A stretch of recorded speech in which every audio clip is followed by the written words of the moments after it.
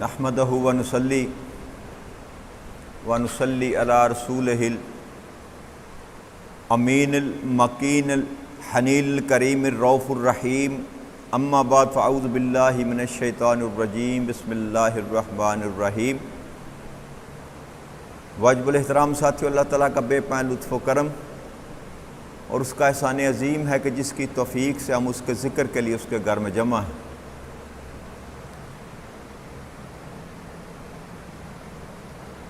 آج ہم آیت نمبر 115 سے اپنے سبق کا آغاز کریں گے، جس میں اللہ کریم نے ارشاد فرمایا وَلِلَّهِ مَشْرِقُ وَالْمَغْرِبُ فَأَيْنَمَا تَوَلُّوا فَثَمَّ وَجْهُ اللَّهِ إِنَّ اللَّهَ وَاسِعٌ عَلِيمٌ۔ یہ مشرق اور مغرب اللہ ہی کے ہیں، پس تم جدھر بھی رخ کرو ادھر ہی اللہ کی توجہ ہے۔ بے شک اللہ بڑی وسعت والا اور سب کچھ جاننے والا ہے۔ یہ آیت کریمہ قرآن کریم کی پہلی آیت ہے جس نے منسوخ کیا قبلہ کا حکم کو۔ یوں تو دوسرے پارے میں جا کر ذکر آئے گا قبلے کی تحویل کا، لیکن یہ آیت کریمہ کا نزول اسی قبلہ کی تبدیلی کے وقت ہوا کہ جب قبلہ تبدیل کیا گیا تو یہودیوں نے، کیونکہ وہ بھی بیت المقدس کی طرف منہ کر کے نماز پڑھتے تھے، تو مسلمان بھی بیت المقدس کی طرف منہ کر کے نماز پڑھتے تھے، تو پہلے تو یہ اعتراض کرتے تھے کہ دین تو نیا لے آئے لیکن قبلہ ہمارا ہی ہے۔ تو جب نبی اکرم صلی اللہ علیہ وسلم نے خواہش کی اللہ کے آگے، تو اللہ کریم نے حکم فرما دیا کہ جدھر آپ کا دل کرتا ہے چہرہ پھیر لیں، اسی کو قبلہ بنا دیں گے۔ تو آقا کریم صلی اللہ علیہ وسلم کیونکہ جب مکہ میں تھے تو آپ حرم کعبہ میں نماز پڑھتے تھے، لیکن قبلہ بیت المقدس ہی تھا، لیکن آپ اس طرح کھڑے ہوتے تھے کہ درمیان میں کعبہ آتا تھا کہ کعبہ بھی آپ کی نگاہ کے سامنے ہوتا تھا اور بیت المقدس بھی آپ کی نگاہ کے سامنے ہوتا تھا۔ تو دل میں وہ تڑپ تھی، محبت تھی کہ کاش یہ جو اللہ کا گھر ہے نا یہی ہمارا قبلہ بن جائے اور یہودیوں کے طعنوں سے بھی نجات مل جائے۔ تو اللہ کریم نے حکم دے دیا کہ اپنا منہ پھیر لیں۔ تو آقا کریم صلی اللہ علیہ وسلم نے نماز کے دوران ہی قبلہ تبدیل فرما دیا۔ جب قبلہ تبدیل فرما دیا تو پھر یہودیوں نے طعنے دینے شروع کر دیے کہ یہ کیا ہوا جی، اب قبلہ ہی تبدیل کر رہی ہے، کبھی کسی منہ کا طرف کر کے نماز پڑھتے ہیں، کبھی کسی کی طرف منہ کر کے نماز پڑھتے ہیں۔ ایک تو وجہ یہ اس کی شان نزول ہے، اور دوسرا یہ ہے کہ سواری پر جب سفر کیا جاتا ہے نا تو سوار کے لیے اس کو کھلی چھٹی ہے کہ جس طرف سواری کا منہ ہو اسی طرف جدھر دل کرے اس کا منہ کر کے نا، جس طرف سواری جا رہی ہے اسی طرف سوار اگر سواری پر بیٹھ کر نماز ادا کرنا چاہتا ہے تو جدھر اس کی سواری جا رہی ہے ادھر ہی منہ کر کے وہ نماز پڑھ لے۔ یا تیسری شکل یہ ہے کہ انسان کو قبلے کی سمت کا تعین نہ کر سکے کہ قبلہ ادھر ہے کہ ادھر ہے کہ ادھر ہے کہ ادھر ہے، تو اس حالت میں بھی یہ جائز ہے کہ قیاس کر کے جس طرف قیاس کر لے گا کہ اس طرف قبلہ ہے تو اسی طرف اس کی نماز ہو جائے گی۔ اس بات کا اللہ کریم نے جواب دیا کہ وَلِلَّهِ الْمَشْرِقِ وَالْمَغْرِبُ، کہ یہ مشرق اور مغرب جو بھی ہیں یہ سارے اللہ کے ہیں، سارے اللہ کے ہیں، پس تم جدھر بھی رخ کرو گے اللہ ہی کی توجہ ہے، یعنی کہ آپ جس طرف بھی منہ پھیرو گے ہر سمت اللہ ہی کی ذات جلوہ گر ہے، اللہ کی ہی ذات ہی جلوہ گر ہے، اور بے شک اللہ بڑی ہی وسعت والا ہے، یعنی کہ اللہ واسع ہے، بڑی وسعت والا ہے اور سب کچھ جاننے والا ہے کہ تمہارے دلوں کے اندر جو بات ہے مخفی ہے، چھپی ہوئی ہے، جس وجہ سے تم اعتراض کرتے ہو، اللہ وہ سب کچھ جانتا ہے، اللہ وہ سب کچھ جانتا ہے۔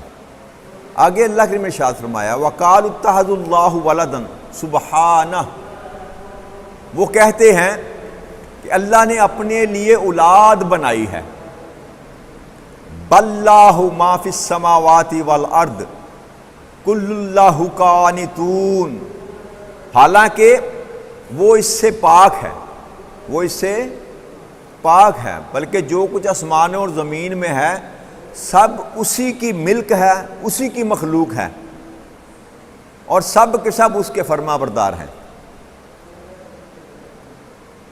تو عرب کے جو قبائل تھے نا مکہ میں، جو مشرک لوگ تھے، وہ کہتے تھے فرشتے جو ہیں وہ اللہ کی بیٹیاں ہیں. فرشتے، اور فرشتوں کے کئی فرشتوں کے نام انہوں نے بنا کر ان کے ناموں پر دیویاں بنا رکھی تھی جو خانہ کعبہ میں رکھی ہوئی تھی، اور یہ کہتے تھے کہ اللہ کی یہ بیٹیاں ہیں. اور اسی طرح حضرت یہود جو تھے، یہود نے حضرت عزیر علیہ السلام کو اللہ کا بیٹا کہتے تھے. یہود میں بھی حضرت عزیر علیہ السلام کو اللہ کا بیٹا کہا کرتے تھے، ایک گروپ تھا ان میں. اور اسی طرح عیسائیوں میں ایک گروپ ہے جو حضرت عیسیٰ علیہ السلام کو جو ہے نا اللہ کا بیٹا کہتے ہیں، اللہ کا بیٹا کہتے ہیں. تو اللہ کریم نے یہاں مطلقاً ہر چیز کی نفی کر دی کہ یہ کہتے ہیں کہ اللہ نے اپنی اولاد بنائی ہے، اللہ نے اپنی اولاد اللہ ان ساری چیزوں سے پاک ہے، اللہ ان ساری چیزوں سے پاک ہے. سبحان کا مطلب ہوتا ہے ہر قسم کی پاک، ہر طرح کی کمی سے، کمی کوتاہی سے، کہ ایسی پرفیکشن کہ جس میں کوئی کمی کجی نہ، ہر طرف سے پاک. جیسے وہ بے نیاز ہے نا کہ اس کو کسی کی حاجت نہیں ہے، ویسے ہی وہ ہر چیز سے پاک ہے. تو اللہ کہتا ہے یہ میں تو ہے ہی سبحان ہوں، میں ان چیزوں سے پاک ہوں یہ جو میری طرف منسوب کرتے ہیں. تو اللہ کی طرف اولاد کی نسبت کرنا یہ اللہ کی طرف عیب لگانا ہے اور اللہ پر بہتان باندھنا ہے، اللہ پر بہتان باندھنا ہے. اور یہ بھی گناہ کبیرہ ہے، یاد رکھیے گا، یہی گناہ کبیرہ ہے. اور دوسری طرف شرک بھی ہے کہ جب اللہ کے مقابلے پہ آپ کسی کو اس کا ساتھ کھڑا کر دیتے ہیں، اس کا بیٹا بنا دیتے ہیں یا بیٹی بنا دیتے ہیں، تو یہ شرک ہو جائے گا.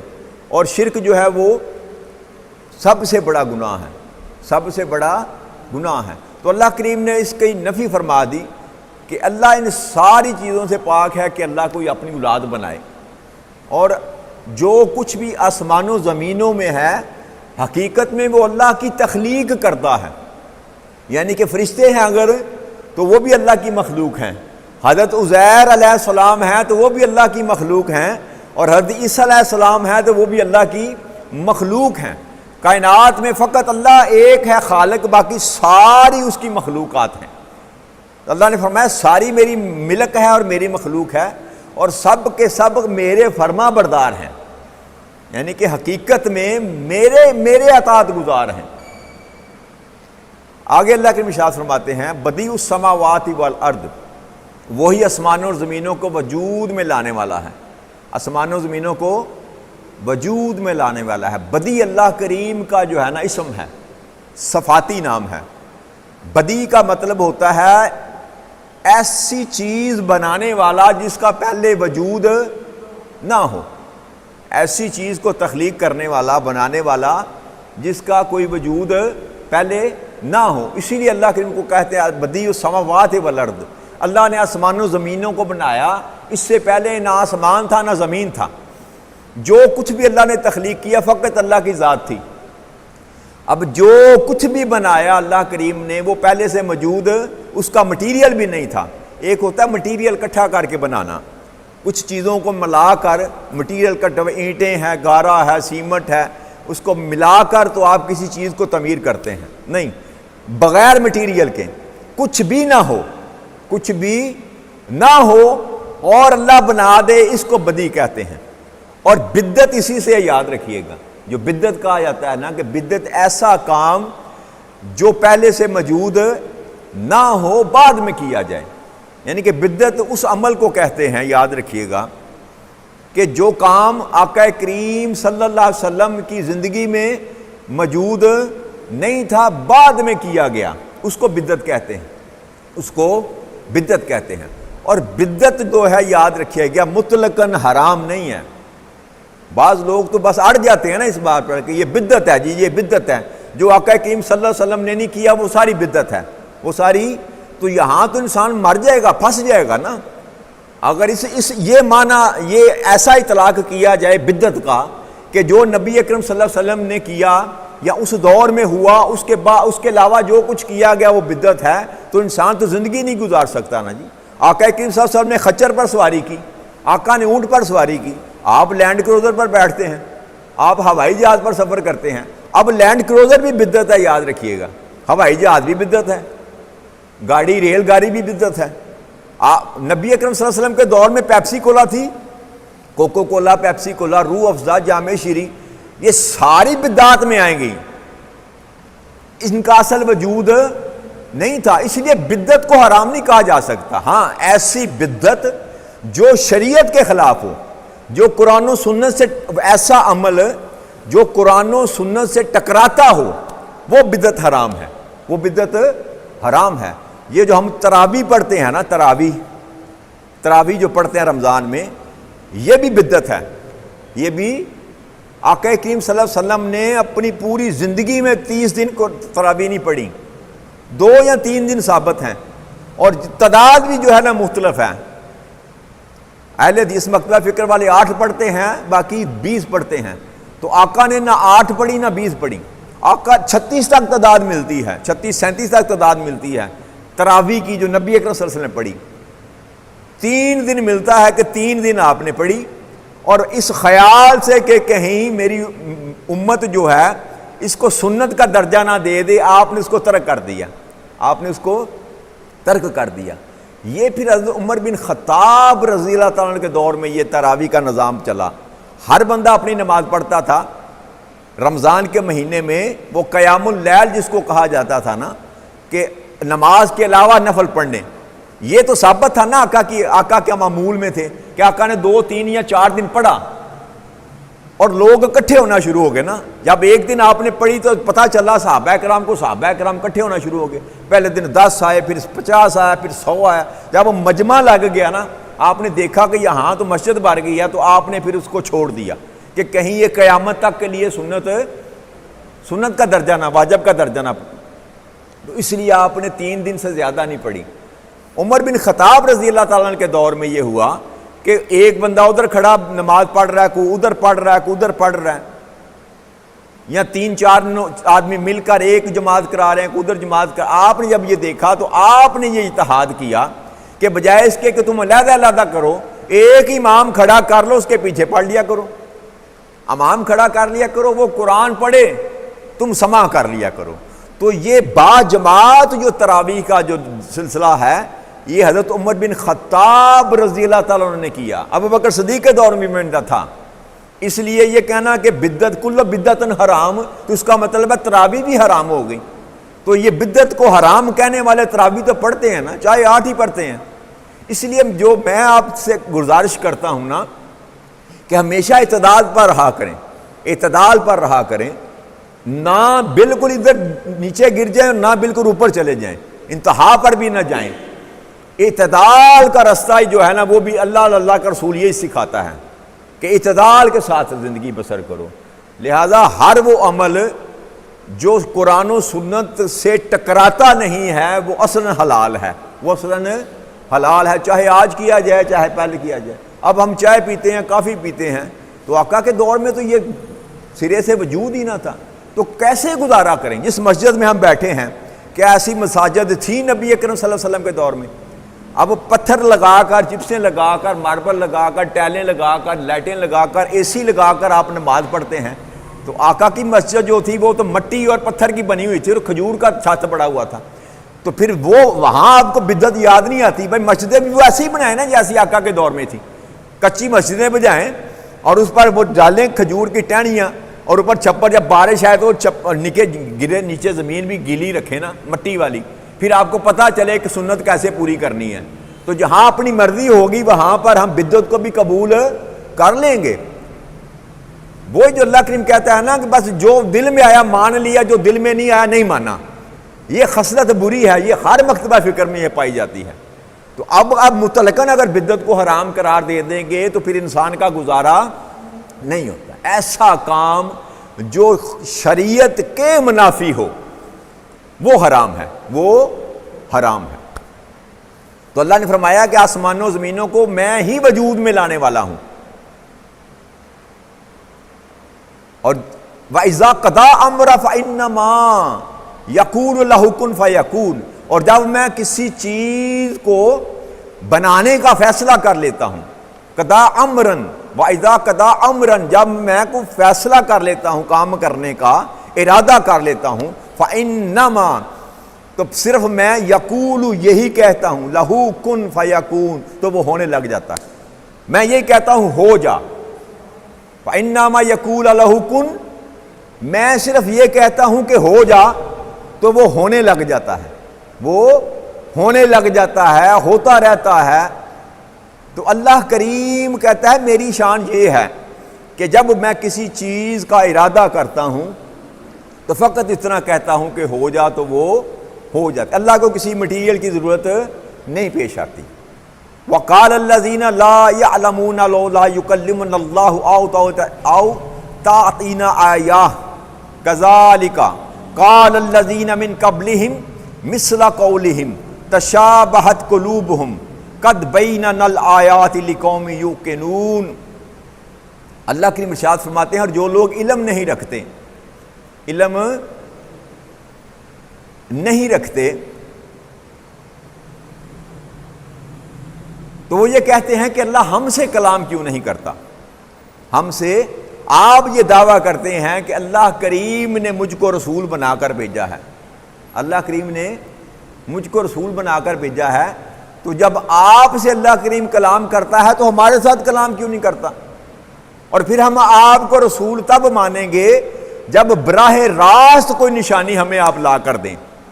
براہ راست نشانی کوئی کہ اپنی آنکھوں کے سامنے فرشتے کو آتے ہوئے دیکھیں، کتاب لے کر آتے ہوئے، یا اللہ کریم ہمیں آواز دے کر کہیں کہ یہ میرا رسول ہے. اس انتہا تک جو دن وہ بدبخت تھے کہ اللہ ہمیں خود کہے آ کر کہ یہ میرا رسول ہے، اس کو مانو، یہ میری کتاب ہے، اس کو مانو. یا ہم اترتے ہوئے دیکھیں آپ پر، وہی آتے ہوئے جبریل جب آئے تو ہماری آنکھوں کے سامنے براہ راست کوئی نشانی کیوں نہیں لے کر آتے؟ تو اللہ فرماتے ہیں کہ ان سے پہلے لوگ بھی اسی طرح کی باتیں کیا کرتے تھے، ہر نبی کے ساتھ اسی طرح کا معاملہ کیا کرتے تھے.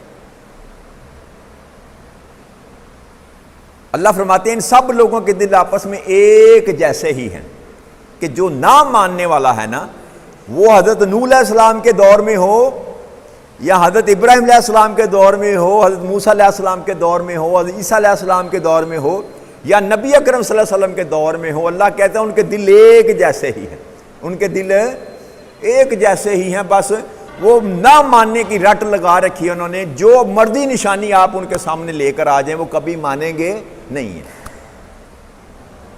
تو اللہ کہتے ہیں بے شک ہم نے یقین والوں کے لیے نشانیاں خوب واضح کر دی ہیں کہ جو یقین کرنا چاہتا ہے اس کے لیے ہم نے نشانیاں واضح کر دی. اِنَّا أَرْسَلْنَاكَ بِالْحَقِّ بَشِيرًا وَنَذِيرًا وَلَا تُسْأَلُ عَنْ أَصْحَابِ الْجَحِيمِ. اے میرے محبوب مکرم صلی اللہ علیہ وآلہ وسلم، بے شک ہم نے آپ کو حق کے ساتھ خوشخبری سنانے والا بھیجا، حق کے ساتھ خوشخبری سنانے والا بنا کر بھیجا اور ڈر سنانے والا بنا کر بھیجا. اللہ کریم نے یہاں پر آپ کی دو صفتیں بیان کی ہیں، بشیر اور نذیر. بشیر کہتے ہیں بشارت دینے والے کو، خوشخبری سنانے والے کو، اور نذیر کہتے ہیں ڈرانے والے کو. تو اللہ نے دونوں صفتیں دے کر آقا کریم صلی اللہ علیہ وسلم کو کہ جو ماننے والا ہے ان کو بتا دیں کہ ان کے لیے میں نے جنت کے باغات تیار کر رکھے ہیں، اور جو نہیں مانتا اس کو یہ بات سمجھا دیں کہ تیرے لیے جہنم کی آگ تیار کر رکھی ہے.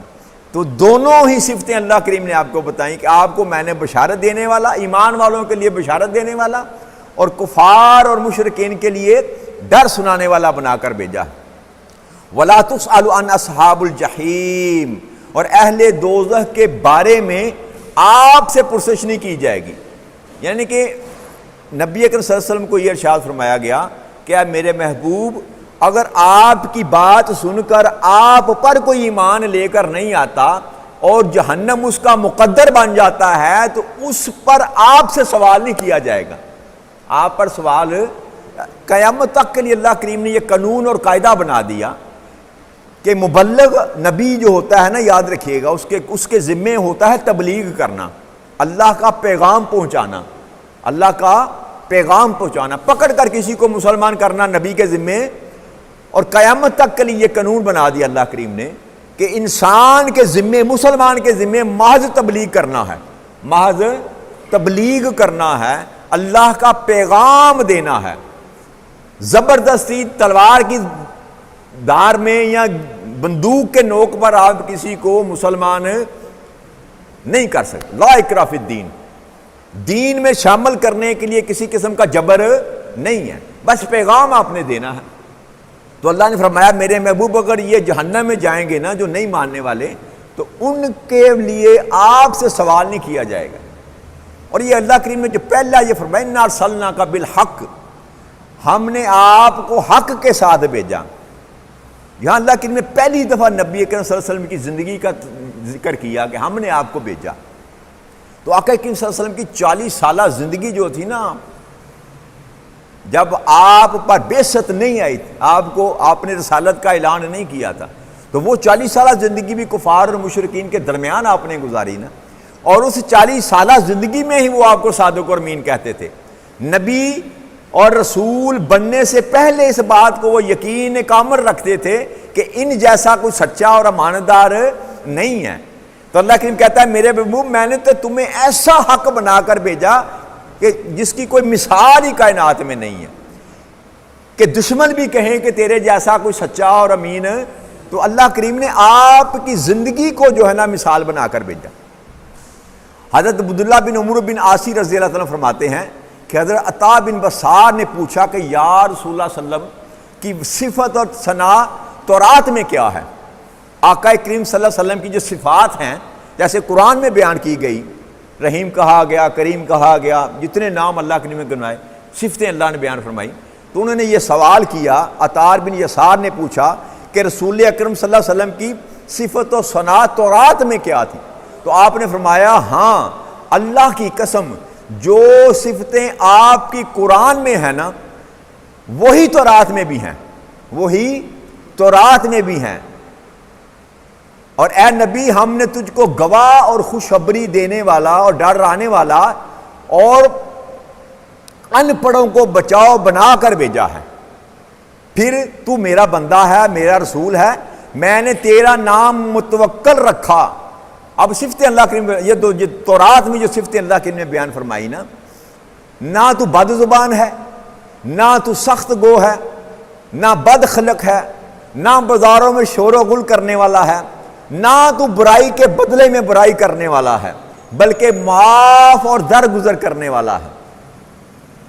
جب تک تیرے دین کو تیری وجہ سے بالکل ٹھیک اور درست نہ کر دے اللہ ان کو دنیا سے نہیں اٹھائے گا.